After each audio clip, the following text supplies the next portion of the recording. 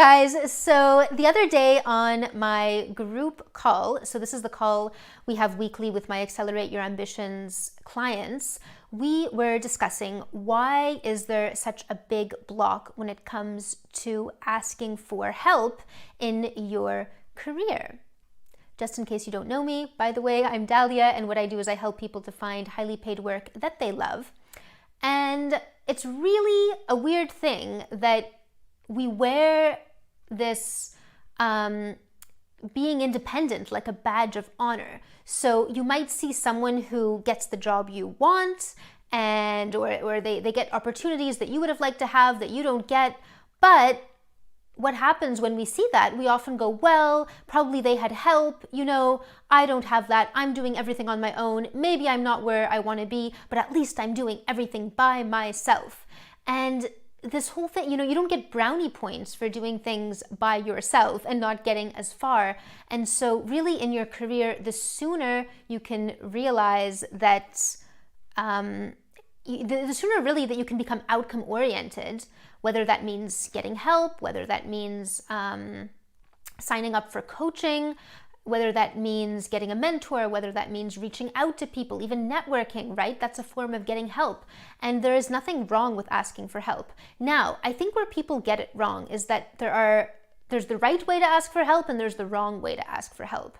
So obviously, when we talk about asking for help, it's not that you should be this damsel in distress going, oh, woe's me, I'm, I don't know what I'm doing, and I don't know, I really need help, and I can't get anything on my own, and I need you to give me a job, please. Like, obviously, that is not what we're talking about. But again, I feel like people really see a lot of things in terms of black or white. So either you're this damsel in distress, asking for help, and you can't do things on your own, or you're this super independent, I don't get help from anyone kind of a person. And then what happens with those people? Usually they just apply to job boards, hoping they get a job that way. But of course, someone has to hire you at the end of the day. So, and you're going to be working with other people. So there's no such thing as doing anything on your own in this society. And the sooner you can let go of that idea that everything should be done independently on your own, the better.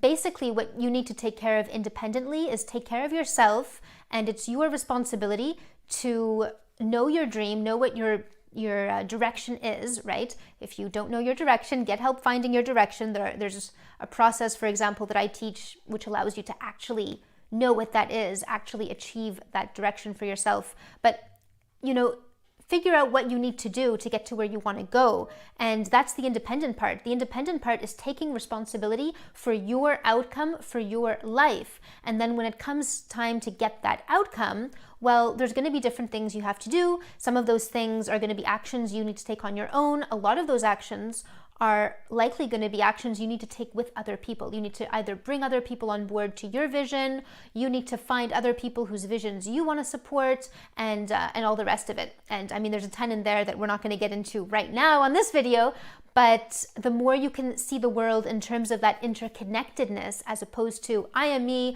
against the world, doing things on my own independently, the further you're going to get in your career. And you're also going to feel a lot better because you're going to start being able to serve others. You're going to feel that interconnectedness. You're going to be helping other people as well. So it's a really, really important thing to kind of, if you have any limiting belief about getting help, to let go of it. Because on the call, it was all women on this call this time. So the ladies on my call, they were saying, you know what, it's a weird thing, like, doing this career coaching is the first time I've really asked for help. And it was like a huge decision for them because they're investing in themselves, they're paying for someone to help them. And for a lot of people, that was like a huge, huge step. And it was an interesting discussion. Like, why is that such a big thing to ask for help? Why is it only now, sometimes in their 30s, 40s, or 50s, that they're finally asking for help for the first time? Why didn't this start happening sooner? And remember, again, when you ask for help, it's not being a damsel in distress, it's being outcome focused. It's, this is my goal, this is where I want to get to, and I feel you can help me with this. Are you keen to get on board with my vision? Are you, and people will want to support you. When you have a strong vision, when you when you're passionate, when you're excited about where you're going, people will want to help you, and you're going to want to help other people who are like that as well. So anyway, I'll leave this video with a question to you. Do you also struggle, or do you notice that you also deal with this help block, that it's like you against the world, you need to be independent? And please tell me if you know where it comes from, because it seems like a lot of us have this limiting belief. I know I grew up with it as well, and I'm not sure why. So let me know if you have any ideas. Where does this block come from? This idea that you need to do things independently on your own, otherwise it's like your success doesn't count if someone helps you with it. Where did this idea come from? I don't know. Maybe you have some theories. Let me know below, and I'll